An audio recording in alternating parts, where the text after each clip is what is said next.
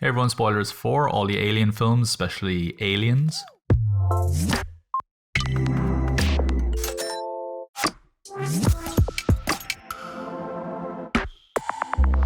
Hey everybody, welcome to another episode of The Script Department. I'm John. I'm joined today by Brad, and we're going to be discussing Aliens, the James Cameron sequel. Before we get into that, if you haven't already, do check out our website, thescriptdepartment.net, for all the latest projects that we get up to, including script readings from our global network of screenwriters. Also, follow us on social media. You can hit the links in the description and subscribe to our podcast. Just search for The Script Department, wherever you get your podcasts, for daily episodes like this. So, Brad, you're a big Aliens fan. Yeah. I'm a big Aliens fan, but I think I'm more a fan of the first film. But when I was growing up, I was definitely all in for Aliens. When I first saw Alien, I was a bit hot and cold on it. I think I had been expecting something that was going to be much scarier than I thought it was. And I think I didn't really have the same experience with it that people maybe watching it originally had, just because I think it'd been parodied so much at that point that I knew the vent scene. I knew, a lot of those kind of moments. But when I saw Aliens, that for me just ticked every box. I just loved it. I thought the action was incredible. I thought the real sense of dread, like these aliens, it's not just one, they're all just closing in. It's like an infestation. I just had so much fun with it. And I think one of the biggest nail biting moments of the entire Alien franchise is in this film, which we can get to. So I had a lot of fun with this, but I've since, I think, shifted back to Alien. We'll talk more about kind of why later. What was your experience watching it? So it's on my list of like stone cold classics. Like, I feel like it's in my DNA. Like the amount of times I've just quoted a line without even thinking about it, and just in life, and then someone knows exactly what I'm talking about. It's like, it's such a well-known and much-loved film. The first time I watched it was my dad recorded it on VHS off one of the 4 channels that were on at the time. And I was like 9 or something. It was quite early. I hadn't seen Alien. I saw Aliens, and I never even saw the whole film. He recorded it from the bit where she's having the nightmare. So the whole finding her drifting in space, I didn't even know that existed for a couple of years. The first time I saw Star Wars, my father had taped it for me off television. So was that bit missing? He had started it late. So my very first, I for years thought the first scene of Star Wars was C-3PO on the desert with R2-D2. And when I got the special edition videos in 97 for Christmas, I put it on and I thought, wow, they've added this whole other scene at the beginning with the, it's weird, Leia getting caught and all that kind It's of stuff. So weird seeing things out of order. My grandparents had a reel-to-reel projector, and you just used to get short segments of films. Like it was like a promo section of a film, and they had the Battle of Hoth. The Battle of Hoth on a 16mm reel, and we'd seen that, but we didn't know what Star Wars was. And it's just then you're like, oh, it's not even in this. Oh, it's in the next film, and it's just, it's funny. But I didn't see Alien first. I saw Aliens. I think the first immersion I had to the Alien franchise was in Spaceballs, where John Hurt's in the the cantina style cafe, and the alien jumps out and then like sings and like dances down the canteen, and I didn't know what it was, and my dad tried to explain. So I think that's possibly why he might have filmed this thing for a 9-year-old child. I think I remember as well getting like an action figure in my Christmas stocking or something like that. There was like a I think there was some toy in there, and it was the Xenomorph, but it wasn't in a box or anything. So I think it was like the knockoff, the second-hand Xenomorph, maybe. Down. I think it was like, it wasn't even in a plastic box or a cardboard box or anything. It was just in there, and it had the mouth that kind of popped out and all that kind of stuff. But it was I kind of knew this is from a movie that I probably shouldn't be seeing at this age, kind of thing, well, as soon as people start knocking the merch off, it's a big thing. That's it. It's world famous when people start making fake aliens. But yeah, I didn't see the special edition one for another few years after that. My friend's dad was like a video aficionado, and he'd got this special edition version which we watched. It was a bit grainy, but it was okay. It was pretty good. But then I sort of fell back in love with it when the DVDs came out, and you had all these sub menus and commentary. And I remember really well the special edition Aliens DVD. All the menus were they'd filmed it through the lens of the Colonial Marines with a tracker, and the menu would pop up. And I'd never seen that. I'd never seen anything like that. And I was like, oh my God, this has made it so much better. You can have the commentary Did you have the Alien Quadrilogy box? Yes. Yeah, the green kind of with the egg on the cover. And... Yeah. I remember not understanding how to say the word quadrilogy when I picked it up in HMV. Or was it Virgin? I can't remember. Quadrilogy? What is... Oh, quad 4, okay. Yeah. Okay. The message was clear. It was there. Yeah, and the 2 discs, was it 2 discs or was it just 2 movies on 1 disc? Because you could watch the original and you could watch I think it was the director's cut. I think it was 2 on 1 disc, because you could switch between the version and the commentary and all the kind of things, mix and match them. I think that one was on 1 disc. Okay, when we were doing the Blade Runner conversation last week, we were having a conversation which version would you go to if you were coming to this totally fresh? Which version would you want to go to? Would you want to go to the original theatrical cut? Would you want to go to what the director considers to be their definitive version of it, and so on? And I'll throw that question to you. If you're sitting down today to watch Aliens, are you watching? Because there are significant differences in both in the special edition that we'll get to. Which one are you watching? The special edition every time. Like I'm committing to that the extra long run time. And the first time I saw the sentry gun scene, it was the most thrilling thing I'd ever seen on film. I was like, oh my God, like I felt like I was in the room with them. It was so immersive. And of course, that's not the only big scene in it. As far as I don't know if I'd want to change history and make that the theatrical release, because what if it didn't do as well? What if people didn't relate to it in the same way? I don't know if I'd want to have that one released instead, but my personal preference is the special edition. So just to go through the story of it very quickly, so that we can then talk about the additions in the special edition, because there is one key scene that is, I think, very important. So we've got Ellen Ripley lost in space for 50 years, is it? Yeah, 52, I think. 52 years. And then she's rescued. She's brought to a station, isn't she? Is she? Or she's not brought to Earth? I don't... Because she never comes... Isn't that the whole point of the end of Alien Insurrection or Resurrection, whatever it's called? That she manages to finally get back to Earth. Do you know what? I don't know. I always thought she was initially in the station, then she was on Earth, but maybe I've misread that. Anyway, she's brought to back to civilization in some form, and she's got PTSD. She gets a job working as an engineer, and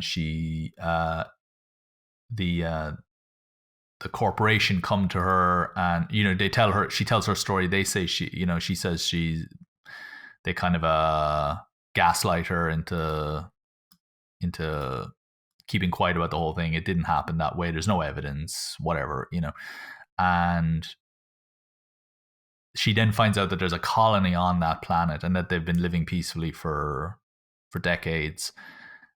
And then Burke, played by Paul Reiser, brilliantly played by Paul Reiser, and he's the kind of career-driven, sleazy kind of corpo who, sleazy kind of corpo guy who comes knocking and saying, "We've lost contact. Would you like to come and help us revisit?" She initially refuses, then she has a nightmare, and then can't resist anymore, has to go back. And that's when we meet all the different characters. We've got the Colonial Marines, which we'll get into. We've also got Bishop, who's the good android. We've got the different kind of military authority figures, and then they get to the planet, and then all hell breaks loose, and it becomes basically about survival and escape. She meets a little girl called Newt who survived. She forms a friendship with Michael Bihn's Hicks, who's really the only competent Marine in that whole place, I think. And then I have a big problem with the Marines in this film. And then, so the three of them ultimately end up escaping at the end. We're introduced to the idea of queen aliens. Like, we're introduced to the idea of like how aliens are born, how these eggs are created. We're really given a sense of the kind of the horror of life under the thumb of these alien creatures, you know, and like you see Newt surviving with like a doll's head as a toy, and it's really atmospheric and full of dread and real.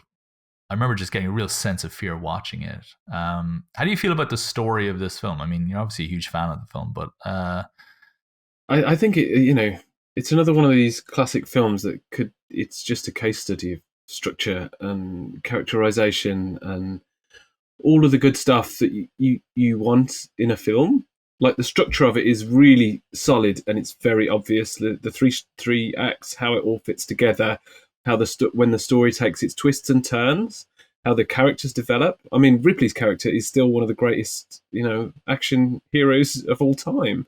I mean, what was it, 86? It was at the 87 Oscars, and she was nominated for Best Actress in a popcorn sci-fi horror amazing film, but it isn't an Oscar film, is it? It's very, very much not. And she didn't win, but she was nominated for an Oscar. And she's an amazing actress, but also to be given that character, it was brilliant casting on behalf of casting director and Cameron, and it's just, perfect storm of everything, really. But it's structurally and how the characters develop it's textbook. It is how that genre of film is now. The successful ones still follow that.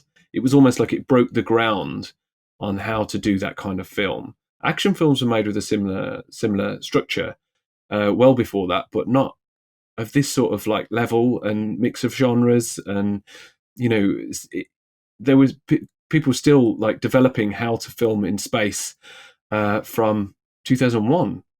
It's like 20 years in, and they're still or plus, and they're still doing it. The model work and everything is just like, it just works. Like, everything they did works. I mean, some parts haven't aged that well, but you're not going to go back and change those things. It's like a classic film. That was how they were made at the time, and you want to see that. So, structure. You mentioned the structure. It is very. This is a movie you can definitely teach. There are some movies that could be great movies, but it's hard to teach them. It's hard to kind of extrapolate a kind of a working model of why it works so well. With this, that model is very, very clear and very simple. It's this person who's escaped hell and is asked to go back. She refuses. In the special edition, we learn that she had a daughter who's now passed away in her absence, and Amanda Ripley. And that is, I think, a very key moment, because it helps us to understand. It helps add value to the B story of this film, which is that when she gets on to the planet and they're all trying to survive, which is the A story, let's try and survive, let's try and escape, we got to hail the rescue ship and whatever it is. The B story is very much her relationship with Newt and Hicks as well, to a degree. And it's almost like the B story is the family moments that she missed out on in the 52 years that she was away. It works brilliantly anyway without the special edition inclusion of Amanda Ripley. But I think it doesn't have the same value. I think when you see, I've always argued that the B story, that kind of caring, nurturing for Newt, is a basic human response. You would want to be one hell of an evil person not to want to help that girl get off the planet. You'd want to be a real nasty piece of work to not want to care for that child, right? And just decent humanity, is coming through there. A lot of people said, "Oh, it's brilliant." There's this motherhood happening, or whatever. But I always looked as I don't see motherhood. I just see Ellen Ripley is the best of all of them. When I see the special edition, I then see motherhood because it's that one scene of I lost my daughter. I missed out on that opportunity to have a family. I had a family, but I missed out on that opportunity to raise my family. Now I have an opportunity to do that. How do you feel about the Amanda Ripley kind of inclusion? Do you think it should have been left in the original, or? I mean, I like the full version. I think a lot of if not all of the scenes that show up in the special edition should be part of it when you watch it. The scene with Amanda Ripley not only shows like how devastated she was, like to come back and her life is gone, like all of her life, her line, her family, everyone she knows is gone. But I think it also grounds the idea, or not grounds the idea of what it might be like to be left in space for 52 years. Like it's almost like she hits the ground running. She's back at work explaining to the suits what happened to the ship. But with this in it, you sort of go, oh my goodness, like she's been out there for 52 years. It's a different world now.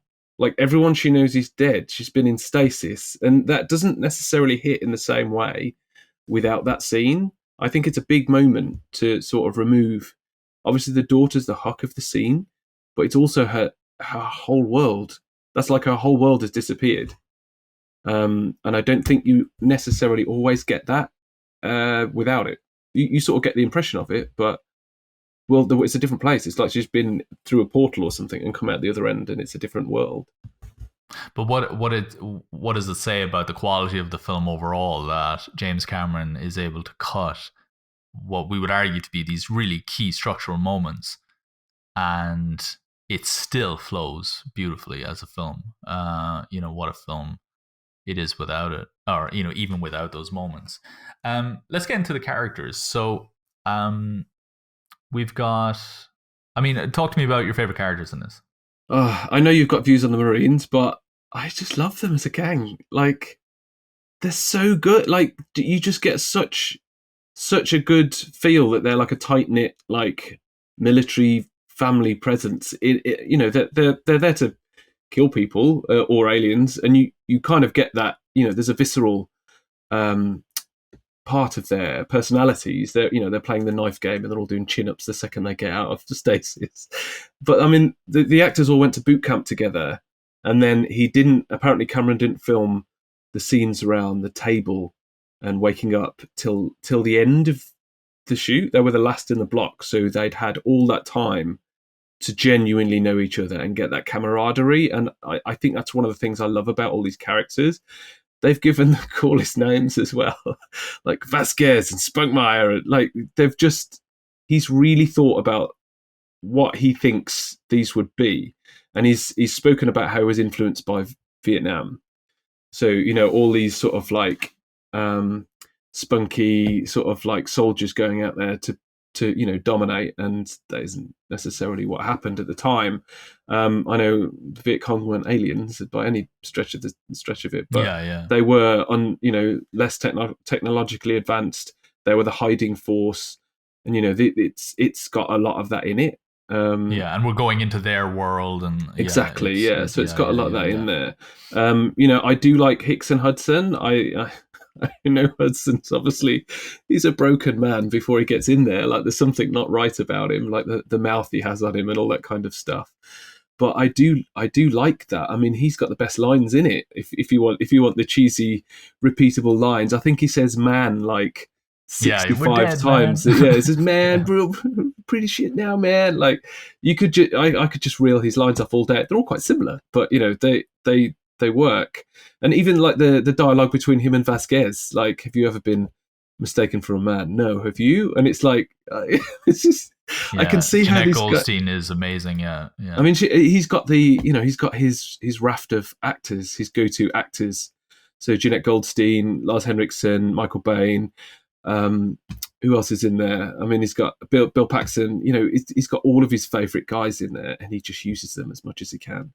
I mean, I've already spoke about Ripley. She's one of the greatest action characters she's so good, and there's a vulnerability and such a strength. There's the thread of motherhood shows more in the special edition, but there's still something there, I think, in the theatrical release.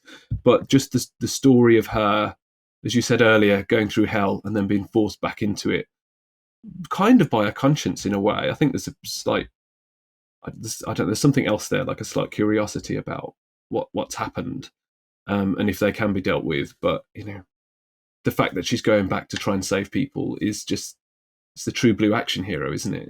It's what everyone tries to write, and often you don't get anywhere near an Ellen Ripley kind of character. And the suits, they're great in it. Van Leeuwen and Burke and all those guys, like you just don't like them. You just don't like them straight away. There's something going on. Burke has a kindness to him, but his smile doesn't always. You can't trust him. He's brilliantly untrustworthy. His smile never reaches his eyes, as my nan used to say. It isn't. There's something going on. Although you would like it to be him to be an ally. Like, oh yeah, that would be great if he was helping out and he was making sure they weren't destroying and not bringing back. But yeah, it's just well casted, well acted. I know you've got thoughts on the Marines. My thoughts on the Marines are legendary at this point. I really love Hicks, and I've come to like Bill Paxton's Hudson because I see him more as a PTSD ridden.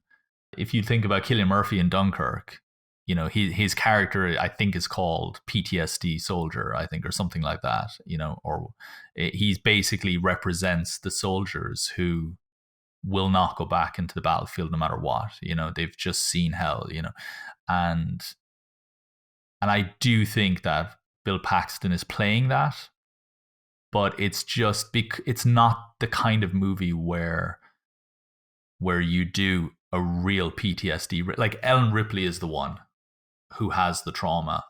Everybody else is, meant to toughen up. Ellen Ripley is the one allowed to explore the trauma. Carrie Henn's Newt is allowed to explore trauma. But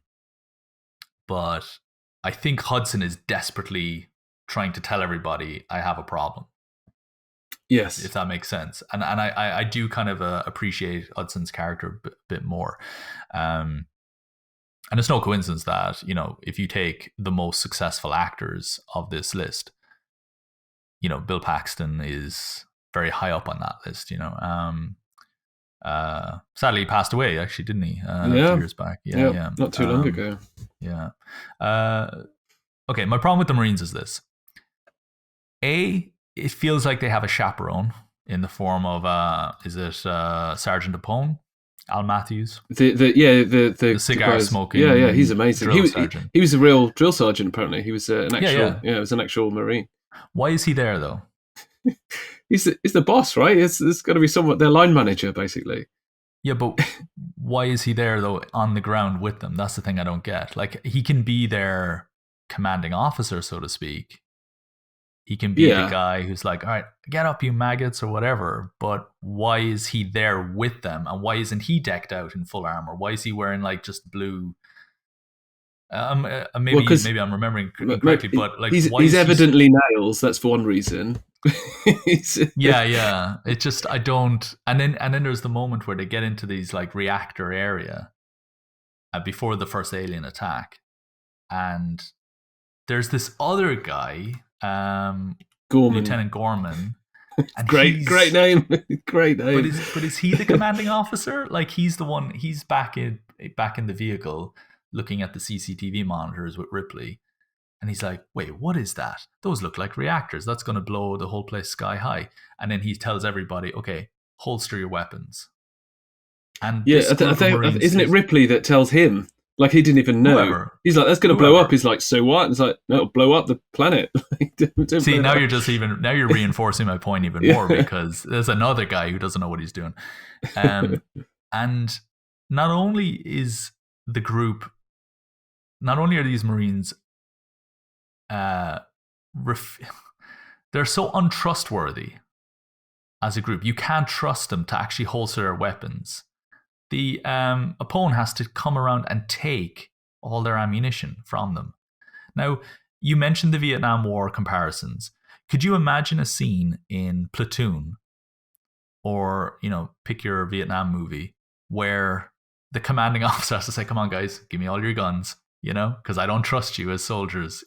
Like, no, it's ridiculous that they're there, and he's absolutely right to have to do it, because then they sneak out. One of them sneaks some ammunition out and passes it around to the rest of them.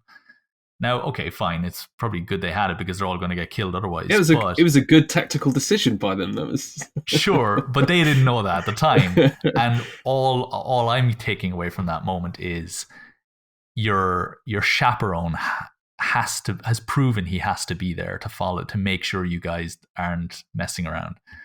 I really don't like that moment. I don't know. So if you look at like Drake and people like that, massive loose cannon, but probably like an absolute machine on the front line with like a 50 caliber hip mounted machine gun. You kind of want that guy with the machine gun at the front. Like, why would you not have him? You don't want someone who's going to think it over too much, because they're going to hesitate. Like, that's fine. He's like a blunt weapon at the front. He's going to misbehave. He's going to Al Matthews having to follow them and just keep them in line just feels unnecessary. Like, yeah, if you want them there, let him out, let him loose. But I think I just feel it was just strange. I love it. Does he get killed in that scene? No, he gets grabbed and taken away. They think he's dead, but then they're like, "Oh, look, the Sarge is still alive," and Dietrich and whoever else gets, and Wisbowski, whoever else gets dragged away, and Ripley's like, "No, they're being impregnated, and we can't save them right now." Yeah. Okay. But it's just that they're such badasses.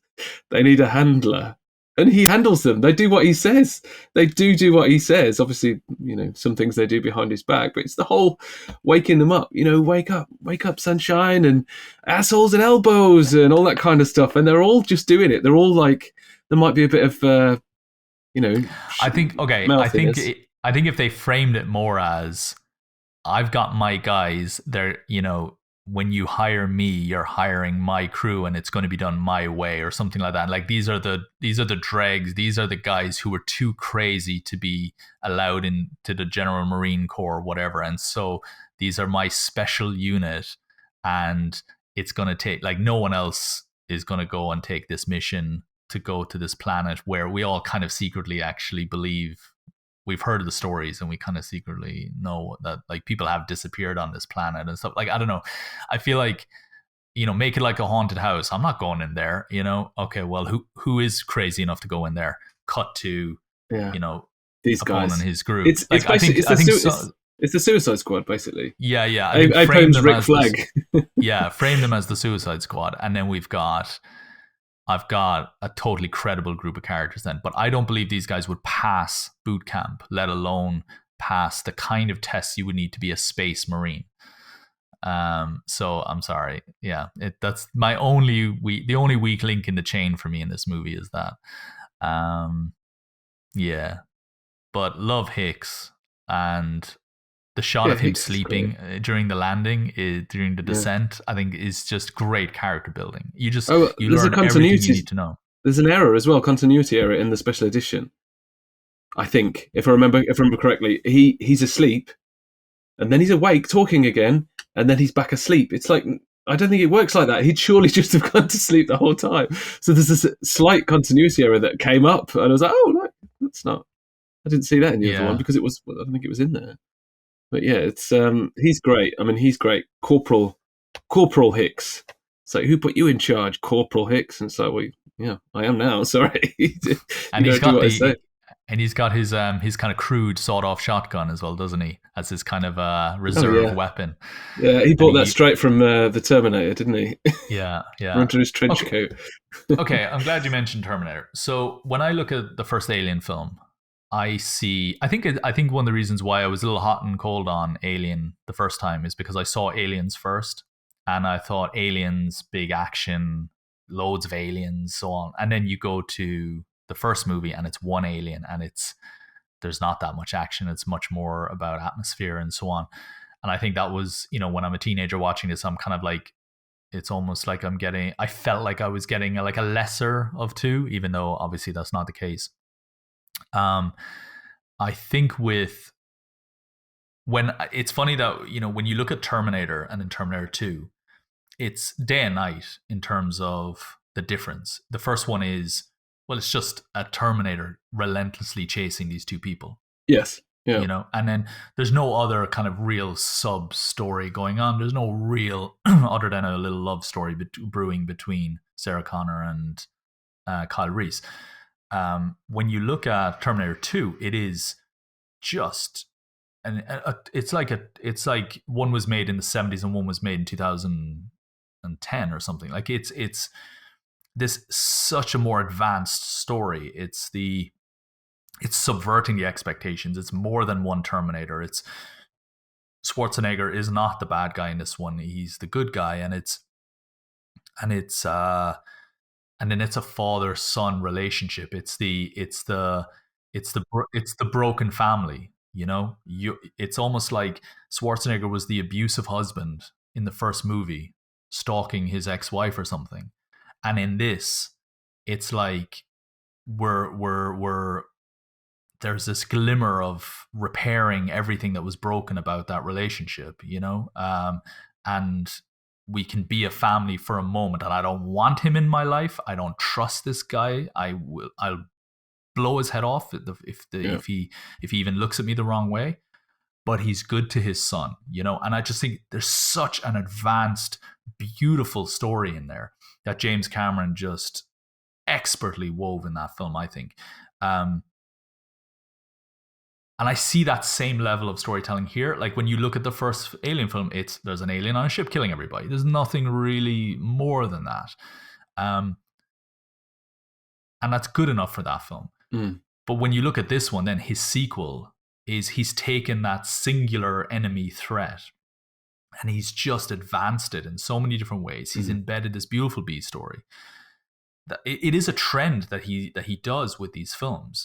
And it does make me think what Avatar 2 could look like as a story, because it's coming out end of the year, apparently, finally. And I know a lot of people don't really care about Avatar. It's not a franchise that people are that kind of married to like, other franchises. It is going to be a big franchise in cinema, I think, 20 years from now. But people aren't really I don't think people are losing sleep over waiting for the new trailer to come out or anything. However, I do think that the patterns of Cameron's storytelling show us that Avatar 2 could be a night and day elevation of what the first film was, which was already a pretty incredible feat of cinema. Yeah, I mean, he's made some of the best sequels ever. He can make a good sequel, and it was particularly, he was making them in the era where sequels were just bigger, better, badder, Die Harder, all that kind of stuff. They just had to be bigger and trashier and more popcorn in the air and just like crazy. And his sequels are bigger and they are better, but there's nothing there that doesn't need to be. It's a very calculated, methodical approach to why there are a shed load more aliens and loads more people with weapons. And, he's escalated it, but he's given it a really solid reason. And therefore it sort of grounds it in a reality of sorts. Obviously, it's not our reality, but you submit to that. You believe that reality because it's not just Fast and the Furious 10, like with they're in space or whatever. It's not. There aren't any reasons for not having it bigger. Like he hasn't allowed us, that luxury of going, oh well, we didn't need that extra 500 aliens or whatever, how many he had, and it makes sense. And I think it's that approach. He's the writer as well as the director, and he's got a lot of control over it. Which is, I mean, I think that's probably one of the reasons he says that the special edition is his favorite. It's his favorite version because that was the way he wanted it released, and the studio had asked him to cut it down. Possibly, it was a good move because he was James Cameron of the Terminator, but he wasn't James Cameron at that point. He was, it would have been a big risk to put out a huge epic like that.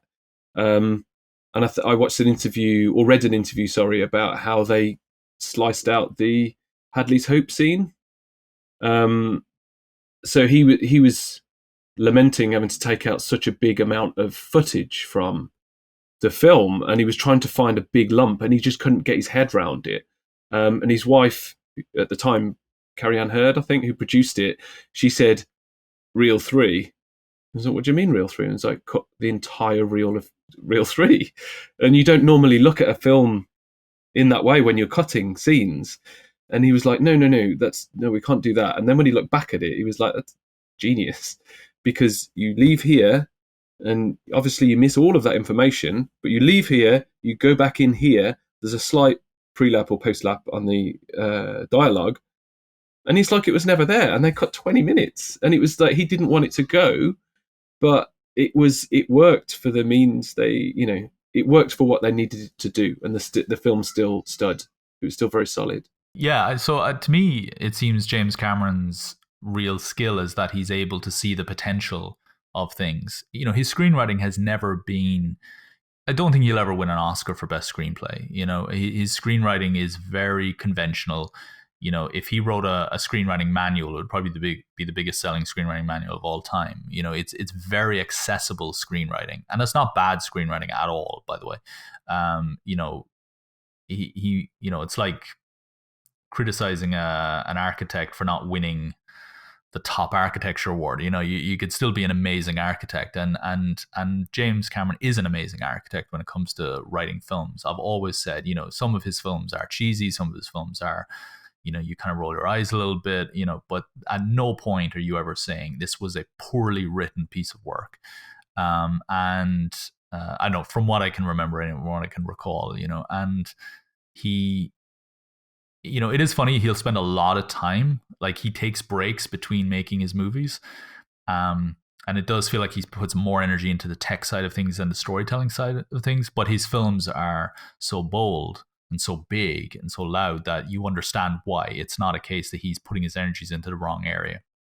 And his stories are very safe. And you can get behind him and very familiar. But he does have that knack for being able to see the potential of what Alien could also be. He can see the potential of what his own Terminator film could also be. And I really hope he's doing that with Avatar. That like he's taking Avatar to mind-blowing levels of storytelling. But one other point I was going to make, I'm glad you mentioned Carrie Ann Hurd.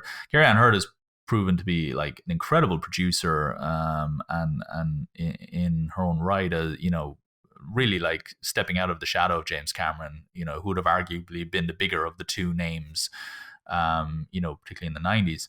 But Carrie Ann Hurd, has carved out a hell of a name for herself now with The Walking Dead and all that kind of, all those kind of projects. And then when you look at Catherine Bigelow as well, who he was also married to, like he's surrounded himself with incredibly talented people.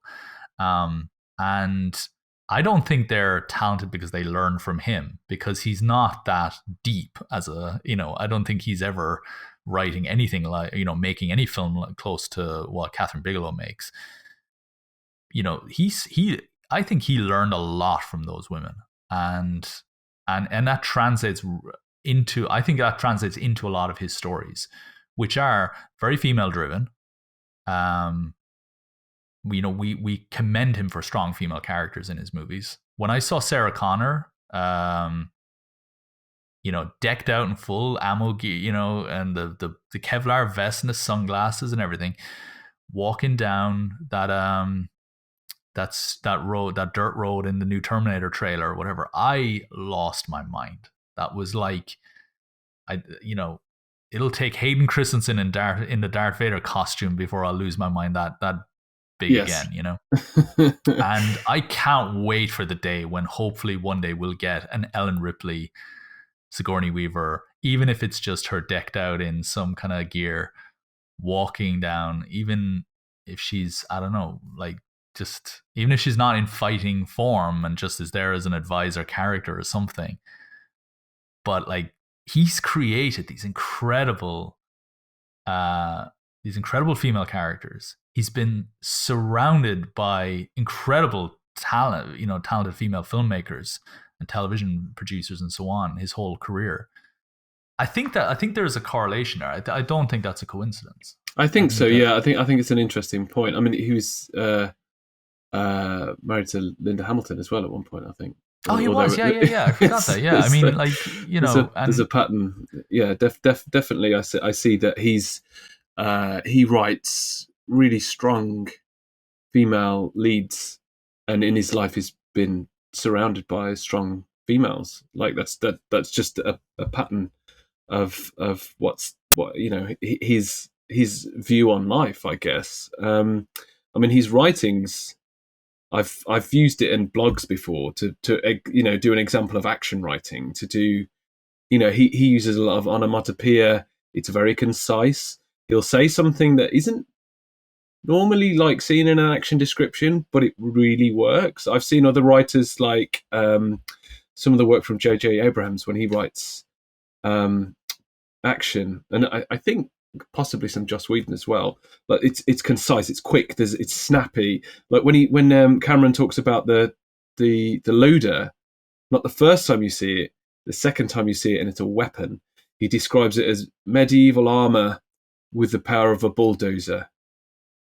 Bam! You got it. You've already seen this thing. You've already seen it as a forklift, basically. But now all of a sudden he wants to change the tone on the page. Immediately you understand what's happening. She comes out of that thing, and the way you've been introduced to the loader already, very subtly. And as an audience, you might think, oh, this is us learning that this.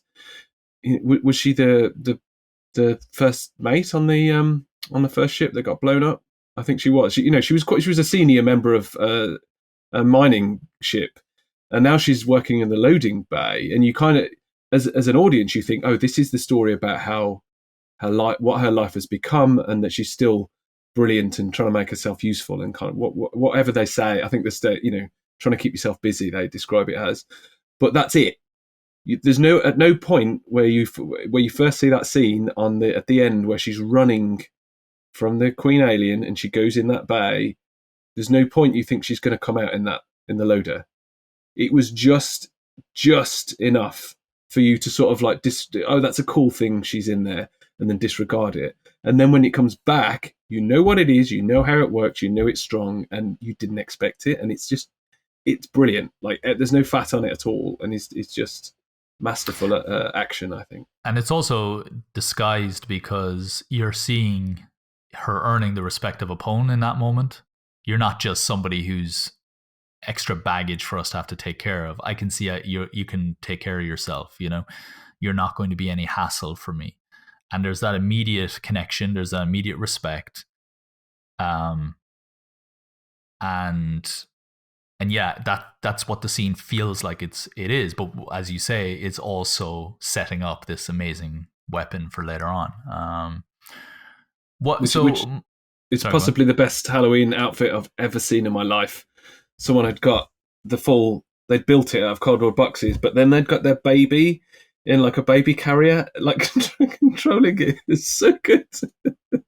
It's so good. And they got a little wig on the baby and everything, so it looked like Ellen Ripley. But yeah, amazing.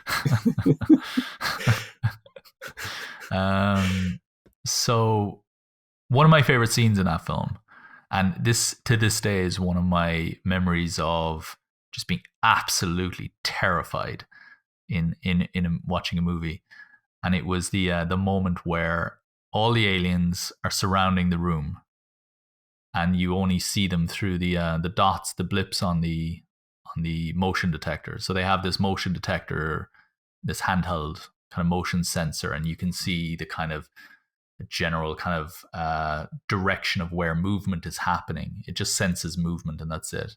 I don't know what they use those things for naturally, but they're kind of being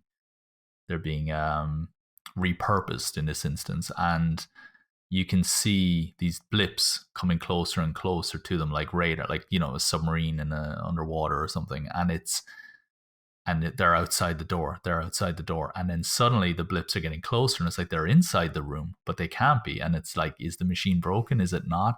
And I remember just losing my mind in that moment, thinking, oh my God, they've developed the ability to go invisible.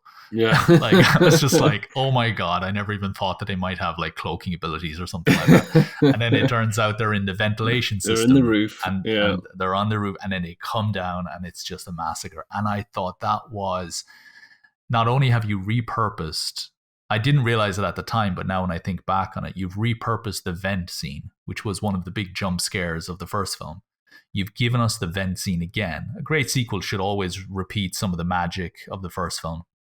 It should always capture lightning in a bottle twice, kind of thing. And you've done this, but you've done it in a completely unexpected way. And arguably, it's the whole idea of, it's right next to you. What do you mean he's right next to me? Turn on the flashlight and you can see him in the vent.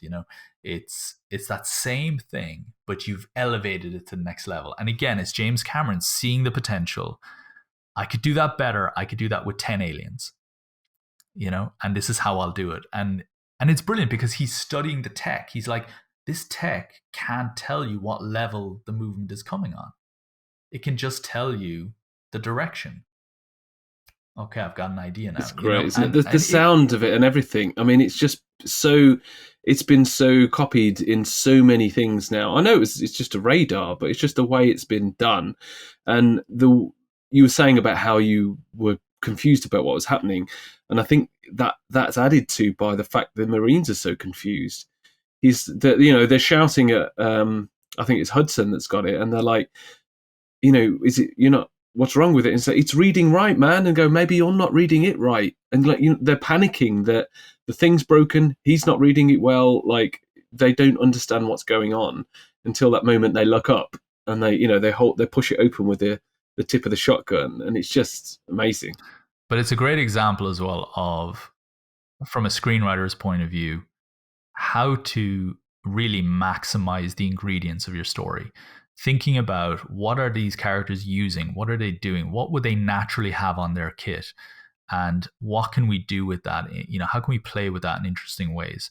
And I think other people, might have gone to, arguably, maybe Ridley Scott now making his new films, which are, his new Alien films, which are far more technologically advanced.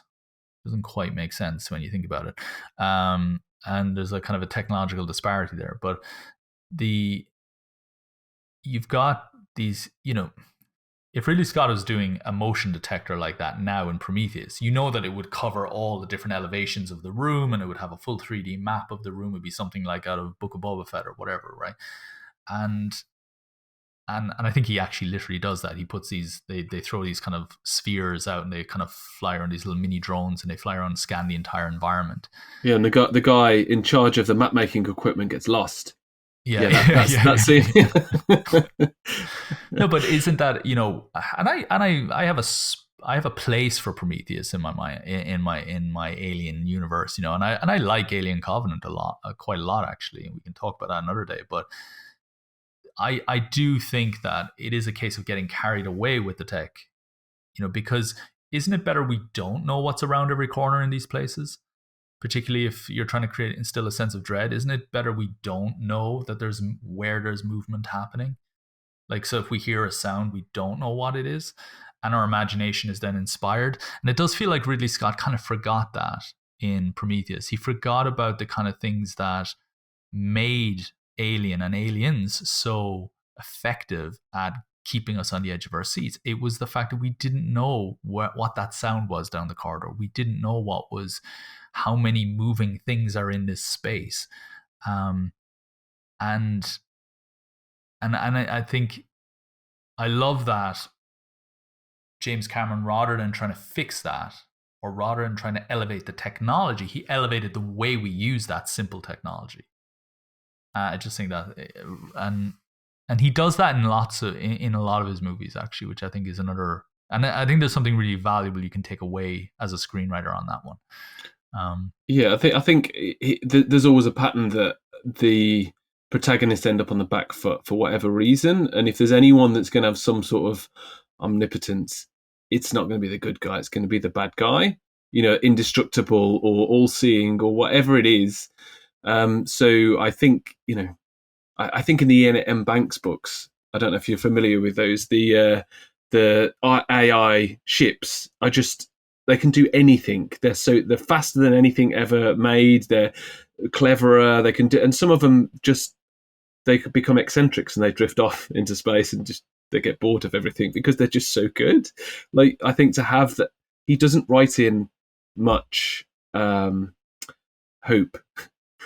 Like there is hope, possibly, that you don't want them to die, or you don't want them to fail in their mission, but it's a struggle. That there's an arduous journey that's always there, and that's again the structure of a lot of action films and sci-fi action films and sci-fi action horrors are now about the arduous struggle, because it's that's what the story's about. Like what is life if there's not struggle in it? It's just boring. The moments of joy don't mean as much if there's no struggle.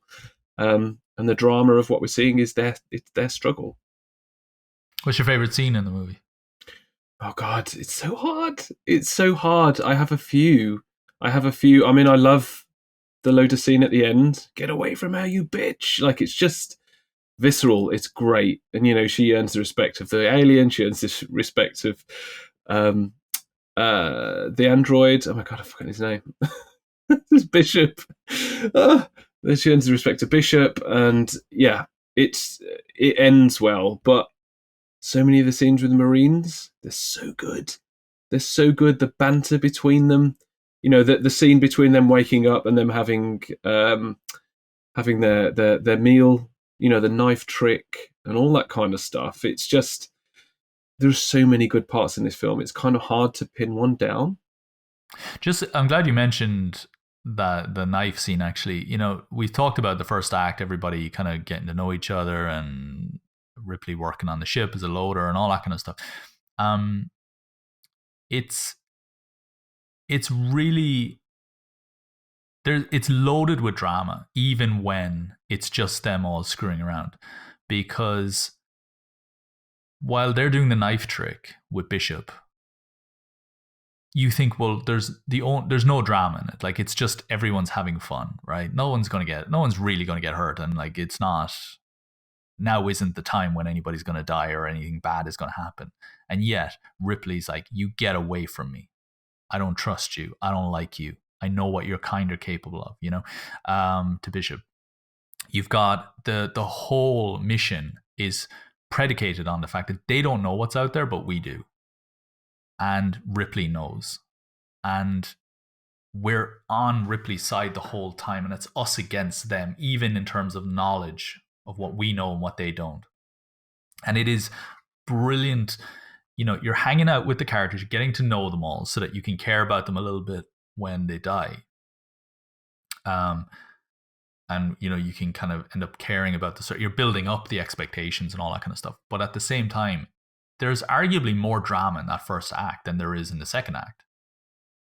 Because as people start to die, it becomes about the thrills rather than the real emotional underpinning stuff. And I think the real drama comes out, the real emotional kind of punches of the story start coming out with Newt and Ripley, and Burke as well, I guess, because he's betraying them, and that's an emotional trigger, but there is that so much of I think the kind of the gritted teeth kind of stuff that happens in this film is in Act 1. And it's a brilliant use of the first act, I think, as well. Another great example of storytelling, that all the drama is unspoken for the most part. It's all just there. It's all just there in the context. We know they don't. I don't trust you. That's it. And it's just looking at each other the wrong way, and it's just get away from me, all that kind of stuff, Really great. Yeah, my favorite scene, it has to be the blip scene, or whatever you call it, the radar scene. It's really good. It's amazing. But I do think I enjoy the moment from when they land on the planet to the moment that, I don't know, maybe the sentry gun scene, I guess. I don't know. I think that would be my favorite section of the film. I think until Burke kind of betrays them. I think that would be Sentry Gun's amazing. It's so good. I think that would be my favorite section, because it's more about exploration rather than desperation. It's like, you haven't blown up the planet, you haven't found the Queen yet, you haven't. It's more like there's still so much unknown in this that I really love. It's all pre Hope He's Lost. Yeah. And I also really love the scene where you see Newt and her brother and her parents, I think. at the beginning which was cut in the film. Do you think it should have been cut? Because I can see value for why it's cut. Because one thing you don't expect in this movie when you first see it is that there'll be a child survivor, because that totally changes the game. That changes the nature of everything. Yeah, I mean, I like that it was directly tying it into Alien. They were back at the ship. I mean, I don't think it would have been easy to recreate that. It doesn't look exactly the same, but they would have had a lot less budget to spend on that like small section. There was a huge bit of it in Alien at the start on that ship, so they would have spent a lot more money on it. I don't know. I do like it, and I really like that the guy in charge of Hadley's Hoop is the captain off Red Dwarf. Yeah. The one who keeps going, they tell me send me a coordinates, and they say don't ask. That guy, but he's the captain off Red Dwarf. It's really weird. But I liked that. They've got the shining tricycle in there, but it's got the Weyland-Yutani logo on it. There was all these little cute things in there that I really enjoyed. We know it doesn't necessarily need to be in there for it to work, but I like it. It's the first time you get the scream from Newt, that ear-piercing scream. It's so good. Did you? So you mentioned that it's her parents go to the space jockey from the first film. I had forgotten that they were the ones who brought the alien back to the colony and screwed up everything, right? I think I don't like that idea, actually, now that you've reminded me, because one of the big issues I have with the Alien franchise is the conceit behind how the alien gets on our doorstep. In the first one, it was fine. It was an SOS call, right? And then in this one, I thought, okay, it's fine. You've just built a colony on this planet, and clearly the corporation were hoping something would happen so that, use it as an experiment. It's like Fallout or something like that. So I have no problem with that.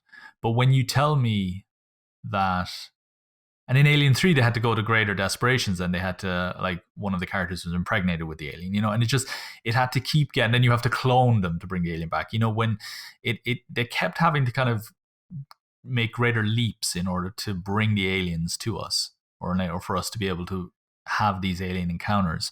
What I like about Aliens is we were just in the wrong place. But now it's this survivor, her parents went to the space jockey and brought it back. Because then when you think about Alien Isolation, that's the third time. I know they weren't thinking about Alien Isolation at all back then, obviously. But I just don't know. I think in the context of everything, in the wider canon, it's 3 times someone went to the space jockey and then found an alien and brought it back, and they killed everybody. Yeah. It's just... So I feel like I prefer the idea that... I also think, and this does tie back to just screenwriting 101, I think, which is it's okay to have a coincidence in a movie, because I always say this, that you get one coincidence at the beginning of your movie, right? And your inciting incident can be coincidental. I think a lot of people feel like coincidences are bad in screenplays, but I think if you create a coincidence that's relatable to the audience, then it brings the audience into the story more. It allows the audience to be more open to this being a personal experience for them too. I always say, for example, in Star Wars, they've tried to explain that away as like, oh, it's the Force bringing all the Skywalkers together at the beginning of A New Hope, which I hate, because I think, no, this should be coincidental. This should be the war coincidentally landed on my doorstep. And now I have to... They should change that kid's name as well. Why is he still called Luke Skywalker? But that's another... That's a whole other thing. But I know that's true, actually.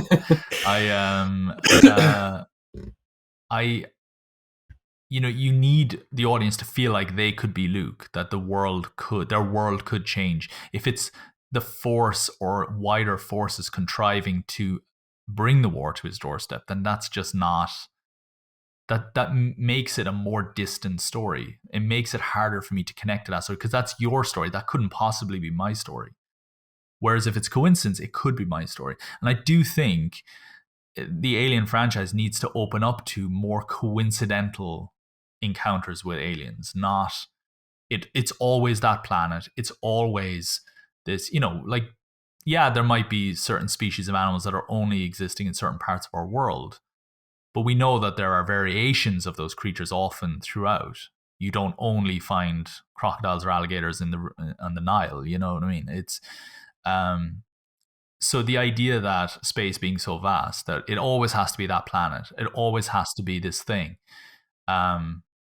makes it a more closed off world. Because it feels like, well, I'm not going to go in there if I see a field full of eggs. I'm not going to be going near that place, Eggs usually have something living in them, and they're big eggs, So I'm not going near that. And it's, yeah, I feel like I'm kind of hitting my point too hard there, but do you know what I mean? I think so. I think there are, there's for me, the coincidence is that it's Newt's family. But I mean, that might have been one of the reasons he survived. Maybe they were isolated or something. You don't necessarily, maybe they were quarantined. But with the planet, I mean, the initial visit in Alien, is there a beacon and the company tell them to check it out? Something happens. So the company's very aware there's something on that planet. So in the second film, they've put something there to investigate it. They've put a whole mess of people. And they don't know where it is on the planet until Ripley arrives. And then, because there's that brief exchange where she's saying, "You've done this, Burke. Look, Burke Carter J, orders given." And he gets the location of the ship from Ripley. And that's why they're there, because Ripley turning back up has given the full location to the thing they want to find. So as far that for me is like, that's the company. That's got the company's fingerprints all over it. Weyland-Yutani have got. They sent the first ship there. They put the colony there. They sent the settlers to the exact location because Ripley told them where it was. And there was feels there's less coincidence in there. It's more, but it's very subtle. It's really subtle, because I know this is it's quite a big conversation with that scene, particularly in Hadley's Hope. Why were they there? And it's like later on there is a really very brief touch of, "You did this, Burke. You've made this happen." And it's because without that cutscene originally there, you don't know that he literally sent Newt's family to the ship. But I think he did. I think that's what we're seeing there when it's all together and it's all pieced together. Yeah, I like that. I like that all that comes together. I do feel though that I still feel that I would like a little bit of randomness to the devastation, so that I can think, that could happen to me. Or, that subconsciously we as audiences don't feel like it has to be this set domino effect, before I could suddenly find myself in that situation. I do think there's a lot to be said for inciting incidents, or, the general problem of the film being something that could happen to you too. And I know none of this could ever happen to any of us, let's be honest, but we forget about that when we're watching movies, and we tend to just, I think it helps with the identification of the character as well. Not that we have any problem identifying with Alan Ripley. Spin-off, Alien Isolation, and then we'll talk about Neil Blomkamp's sequel. Have you played Alien Isolation? I haven't. I know what it is. I've seen it, and my brother played it a lot, and so I know about it. I will say this: if you're a fan of the first Alien film in particular, and you are looking for that great kind of sequel to Aliens that we never got, that is still in keeping with that aesthetic, then this is the game. It is canon, I believe. And it's also, in my opinion, the best Alien movie that was never made. I think if they made that film, if they made a film out of it as is, I think it could arguably be as good as the first one. It's absolutely incredible. A wonderful story. And the story is Amanda Ripley looking for her mother and wanting to find evidence of where her mother might be. I mean, with all the extra stuff we know now from all the other films in the franchise, like that, you could have so much in that. Yeah, many little Easter eggs and everything. And I do think the future of that universe is in games. survival horror games and so on. And it's such a shame because the company behind it aren't doing they've moved on to other stuff, and it's such a shame actually, because I think there's so much room to do more with that franchise. And I don't like the direction that Fox have taken that franchise, or whoever's in charge of it now. It's become, multiplayer shooters and all that kind of stuff, and it's fine, but it's not what it's not this. It's not what these movies were trying to do, I don't know. But we did a whole video about Alien Isolation. Go check it out. We'll leave the link in the description. The Neil Blomkamp sequel. That was a lot of people were salivating over that prospect. God, a bit gutted it didn't happen. Yeah. So this all came because Neil Blomkamp, who did District 9, and he did Elysium as well. So really, definitely tapping into, I think, Ridley Scott's approach to sci-fi and filmmaking and so on. He's definitely, if there was anybody, particularly 10 years ago, that would have been the successor to the Alien franchise, it would have been Neil Blomkamp, absolutely. He released some concept artwork a few years back of Ellen Ripley, Michael Biehn, and was Newt in the picture? I don't know if she was, but it was Michael Biehn and Ellen Ripley. Definitely those guys, yeah. A little bit older. Ellen Ripley, I think, definitely looked much older than she was in Aliens, but they were definitely tying into, it's probably been another 20 or 30 years since, they've come out of stasis. This was going to replace Alien 3, I think. How did you feel about the idea of sacrificing Alien 3 and then Alien Resurrection as well for a sequel to, like a more spiritual sequel to Aliens? Yeah, I was there for it. I've got time for Alien 3 and even Alien Resurrection, just because it's part of the franchise, and I do like it. I do like the franchise as a whole, but it doesn't mean you can't watch the films anymore. It's just almost like it's like what they did with the Kelvin line in Star Trek, the Kelvin timeline, where they were like, oh, we want Kirk to be an orphan. Well, not he lost his father. We'll change it so he's like a bit more of a rapscallion, and he's an upstart. Great, let's do that. And that didn't necessarily wreck anything else. It was just a different timeline, and Marvel are doing it weekly at the moment. New timelines, characters coming back, and I was there for it. I was there for it. Like I thought it was going to happen. I think Prometheus and Alien Covenant had a really big effect on whether that was going to happen or not. But it doesn't change. It doesn't change. It can still happen, because I think, to Ridley Scott's credit, he didn't hijack he definitely came back to that franchise. He only made one movie in that franchise, but we all associated with his franchise. And he definitely came back and made it his franchise. James Cameron is just renting space in the franchise, let's be honest now. But he decided to stay on the prequel side of things, which doesn't rule out the idea that Neil Blomkamp could be doing. I don't think it'll ever happen now in Neil Blomkamp's version, but the idea of a Ellen Ripley sequel that is a sequel to Aliens could happen. I'm looking at the concept artwork here, and so we've got Ellen Ripley looking very much like Linda Hamilton, Sarah Connor in Terminator Dark Fate, and then Michael Biehn is almost like Harvey Dent in Dark Knight. Half his face is seriously eroded from presumably the acid from the first Alien, or from Aliens. And then there's a very strange. He's seriously raw. It's like he's half zombie, half. Yeah, in the cutscene in the special edition where he tells her his name's Dwayne, he's like really bandaged up, isn't he? There's some damage under there. Yeah. It has not healed well. And then you've got, and he's, looking like what I imagine Kyle Reese looks like in the heat of battle. He's very post-apocalyptic looking, I think, which is cool. And then there's one with Ellen Ripley. wearing a space jockey kind of helmet.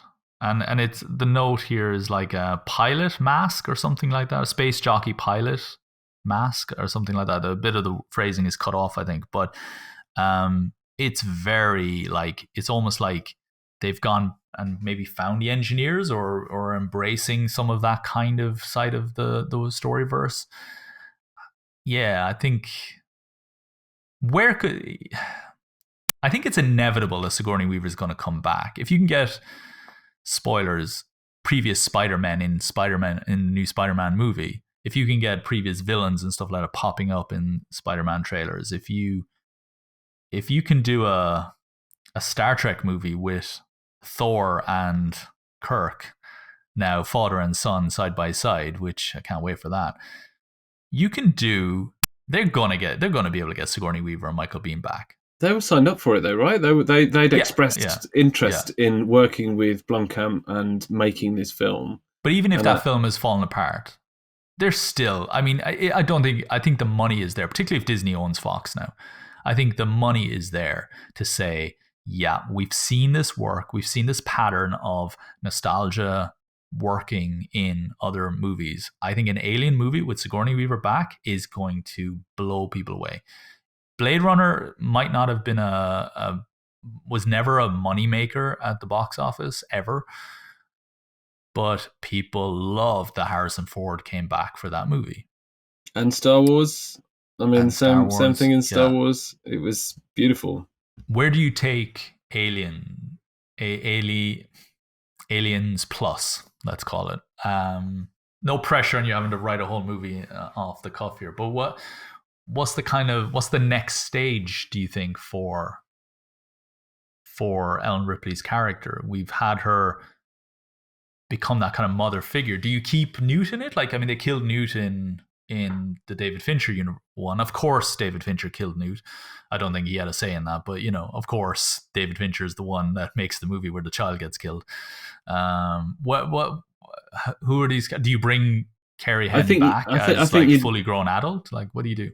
Possibly. I mean, she didn't stay in acting, did she? She moved on. Is she an author now? I can't quite remember her. You can throw her enough money though. She'll take a few acting classes. Possibly, yeah. I mean, I would expect you'd have to bring Newt back as well. Although it's going to retcon 3 and 4, you can't ignore where they went. So 3 went, deep into the depths of space that was still controlled by Yutani. It was still controlled by the corporation. And then 4 went like into the bowels of the corporation. So it really went down the evil corporation route. And, the big, I think it's United Systems and, all of the money and the tech and everything that went into it. Obviously, it was still horrific. But I think you'd need to go somewhere else with it. You would need to go, are they a family living in space now? Are they adrift? Are they surviving? Is it a survival movie? What is the? We would need a story that isn't focused too much on the corporation, because Prometheus did that as well. You've got Wayland's an actual character in it, and it's I think it would need to be in a different direction. You still need the aliens, you still need deep space, you still need Ripley saving the day, but it's got to be a different approach. I mean, the Logan approach has worked really well, really well. Like the way they did it, it was smaller. It felt like an indie film. It was very emotional. He was very vulnerable, like more so than ever before. And it was the end of him. Where the idea that it was a different universe to the one we've seen is that that's still up for grabs. But it's on the fan side of things, I think. But the that could be a model of something that we're going to see, like the King Conan movie that we never got, and all these kind of films where it's the aged hero. And I think that's where we would have to go with it for it to hold together. Retcon or no, it still needs to, we still need to realize what happened in those films and not do it again. Otherwise, we'll just have the same film. Yeah, it does. It seemed like in the concept artwork that the suit that she's wearing is like a weapon suit. Like it's like almost like a a suit to fight the alien face to face, like the space jockey kind of gear almost protects you from the acid and so on. So it did. I don't know if I'm just looking at the concept artwork, but it did look like the concept artwork was a kind of almost like a mech suit, like a smaller, kind of more tightly fitting mech suit going head to head with an alien in a kind of a jungle setting. And yeah, so I think there's a lot of, like, maybe they go back to that planet and it's overridden with jungle or something like that, or they go to a different planet, maybe, I don't know. I do think Michael Biehn would have died. I think Hicks would have died in this film. He looked very much like he is the tragic, wounded war veteran who is going to, who can't really maybe do as much as he'd like to be able to do, and he'll make himself useful in the best, in the most tragic kind of way, sacrifice himself to save everybody. Leave me behind. It does feel like that's where it would go. I was going to ask as well, like, does Newt then become? Would you see her be stepping up as? Maybe that's why you don't bring Carrie Henn back, because she's not a career actor anymore. I'm sure she'd be more than capable of handling the role, but not if it's not her profession anymore, then maybe it's not something she'd want. But do you bring, or do you recast Newt to have somebody who would take on the franchise and shoulder the weight of as the new Ripley? Like if Newt is raised as Ripley's daughter, and let's say they've been living for 20 years in peace somewhere, is she a Ripley? Like, does she consider herself to be? She's got to be an heir, hasn't she? She's got to be Ripley's heir, and I think there'd be some conflict in that she wants to be, but also she's not her mother. She remembers her mother. I think she could be quite combative towards it. I mean, like an Anna Taylor-Joy or someone like that could be recast as a Newt. She's got the sort of range to handle that level of inner conflict and the family, an unusual family dynamic. But I think she would be modelled to be the heir of Ellen Ripley. In name and in her job. She's the badass action hero. I guess the interesting decision would be whether she wants that or not, or whether Ellen Ripley wants it or not. Who doesn't want it and who does. One last question, and this is us totally nerding out here. Do you ever see a world, because this is a James Cameron universe in this film, do you ever see ever in your wildest dreams a movie where they've somehow contrived Sarah Connor, Ellen Ripley, and someone else, I don't know, into some badass kind of female military outfit trying to take on the whatever? I don't know. Do you ever see, when I saw Linda Hamilton dress, to me that is just iconic. I don't think it gets enough credit. I know the film itself is a kind of it's a basic kind of Terminator movie, really, but that is, I think that is an iconic image. Like, you never see that. You never see that one actor playing that role to completion, all the way. That's a dedication of your life to that character. In those images, when you see her in Terminator 1, Terminator 2, and then this, that is a life devoted to that character, even if she hasn't devoted her life to it, but it looks like she, and Sigourney Weaver has done way more of that. And there is just this real, I don't know, I would be giddy at the idea that you could have in some parallel, I don't know, spin-off, once-off special movie or something. Yeah, where it's just, I think there is only ever going to be a Cameron verse in my dreams. Yeah, I don't think we're going to get it. It would be amazing, but I mean, there would be a lot of fans who would believe it was a travesty. Yeah, it would. Do you ever? Could you? The way there was the kind of talk that doesn't the alien world exist in the same world as Blade Runner? That there's like references in the movies to tech or to companies or something like that. Do you? I think he said that. I think I think that has been said that is a thing. I think Ridley Scott came out and said it, but sometimes he just says stuff. Yeah. He just says it. But yeah, I think I'd like to think it is. At this point, I'm clutching at straws for ideas for other uses of Ellen Ripley. I just think Sigourney Weaver is just one of the great actors. I think she is more responsible for those films being a success than the filmmakers themselves. And I do think if you look at Prometheus and you look at Alien Covenant, I don't think they're bad movies. I think they hold up in many, many ways. They just have some questionable decisions every now and again, I think.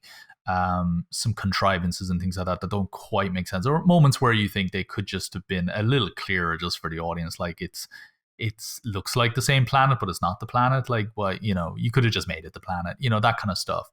But people kind of sometimes talk like, well, why isn't it? What's wrong? What doesn't work about it? And to me, it's simple. Ellen Ripley isn't in it. It's as simple as that sometimes, Yeah. You mentioned she got an Oscar nomination. The only time I can recall a kind of a popcorn action movie getting an Oscar nomination for an acting role is Johnny Depp in Pirates of the Caribbean, I think. And like there's only a handful of people who've ever achieved that kind of level of, you've clearly blown the socks off of the Academy. Yeah. Like to say that an Alien movie that is such a popcorn movie, hey man, we're all gonna die, man, that kind of thing, and yet and the Oscar goes too. I know she didn't win, but yeah, she's brilliant in that. Yeah, anyway, she's amazing.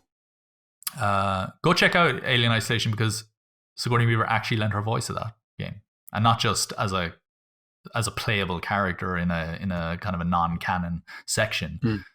She's actually in the story, leaving recordings for her daughter. It's really cool. Any final thoughts, Brad? No, I love this film. Like, I absolutely love this film. I don't know how much more I could say about it. It's one of my favourites. And if anyone listening or watching hasn't seen it, go and see it, like, immediately. You're doing something wrong if you haven't seen this film. I bought it on Apple TV for a few months back, just to have it. Not even because I wanted to watch it at that moment. I just wanted to have it. It was just there. I saw it and I just thought, I don't care. I just need to have it in my collection, in my digital collection, because I stopped buying DVDs. And I don't know how many times I've bought that movie. It's just, I bought it a lot. Yeah. Cool. Brad, thanks very much as always. We'll do the whole film. We'll do the whole series. We'll make our way up to Prometheus and Alien Covenant as well, because I imagine there'll be very interesting conversations. Thanks very much for listening, everybody. Do check us out on our website, thescriptdepartment.net, for more conversations like this. Hit us up on the social media. Links are in the description. Find us wherever you get your podcasts. Just search for The Script Department. Subscribe to the YouTube channel as well, and leave us thoughts about the film in the comments. It all helps. Thanks very much, everyone.